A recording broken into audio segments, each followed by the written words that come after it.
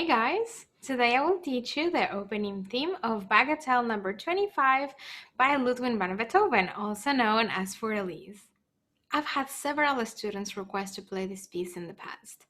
But before we get started, I would like to explain a few things about body mechanics, fundamental to good piano playing, that I explain to all my students, which is consistent with my philosophy to play the piano in a natural and efficient manner, with flexible joints and resilient fingertips. All of this while having fun. When the fingers move, where does the motion originate? Let's do this exercise together. With your left hand index finger, follow the movement of your right hand middle finger. At first, you're gonna feel like you can move the finger completely, but continue to trace down the motion until you can move it completely. Do you feel the tendon in the middle of your palm? That is where the finger's movement originate, right in the middle of your palm. That is because they connect to the metacarpal bones, which are located right in the middle of your palm. Now wave, hi Ellie! You see, this motion is effortless. If you use this motion to play the piano, you'll be able to play fast and pain-free. Secondly, you should remember to keep your wrists supple so that it moves with the fingers. For example, if you're playing with the pinky, your wrist should move towards the pinky and align the forearm muscles with the pinky. If you're playing with the thumb, your wrist should move towards the thumb and align the forearm muscles with the thumb. If you're playing with the middle finger, you should stay center so that your forearm muscles are aligned with the middle finger. The vertical and horizontal alignments should be continuous and precise.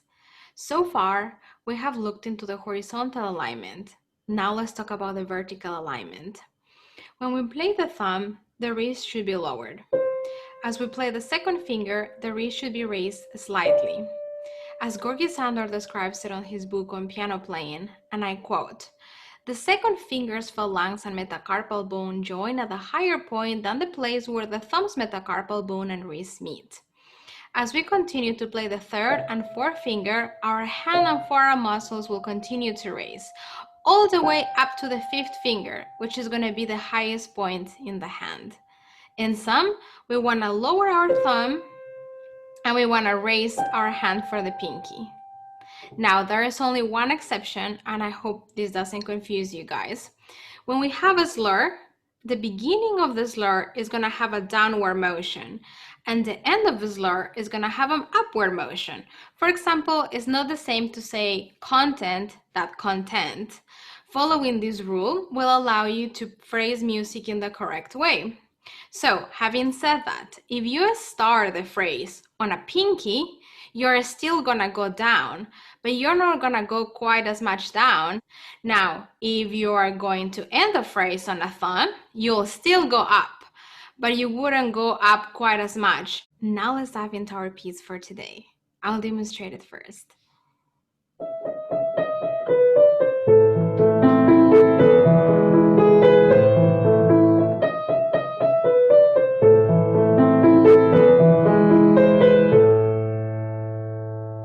Let's analyze our first musical sentence.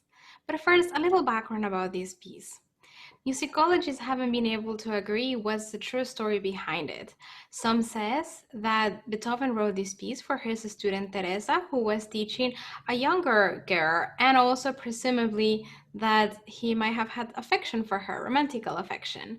Another story says that one of his friends had a little girl, and this girl asked him, "Master, why everything you write is so hard?" So he wrote something more simpler for her. But whatever the case is, this piece was written for a younger beginner, and he starts this student with the basics, the musical alphabet. We have an A, a B, and a C. He starts them off with the ABCs.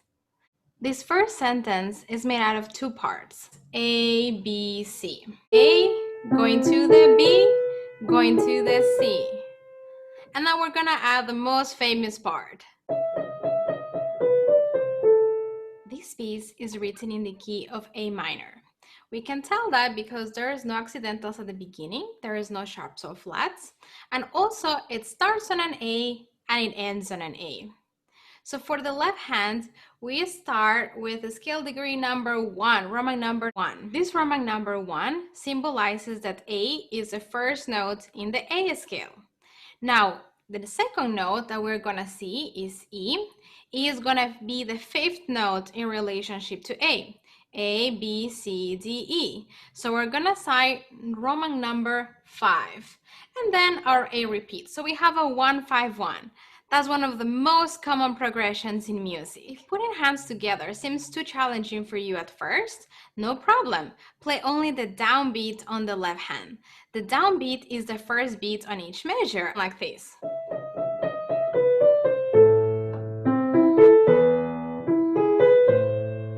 As you practice your hands separate more and more, you will be able to put them together with more ease.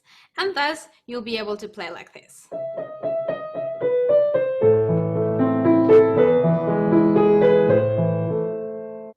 Our second sentence is really similar to the first one, but the ending of it is different.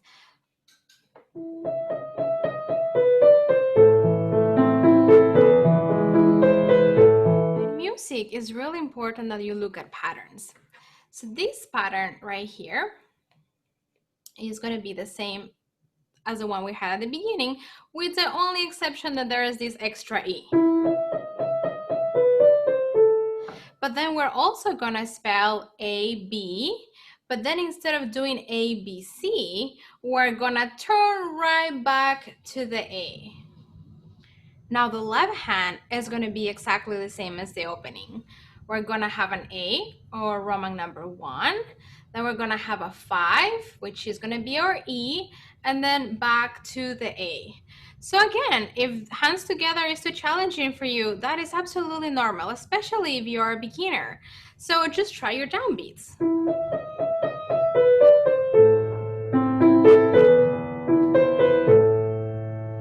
And as you play your hands independently more and more and more, you'll notice that hands together is not a problem anymore.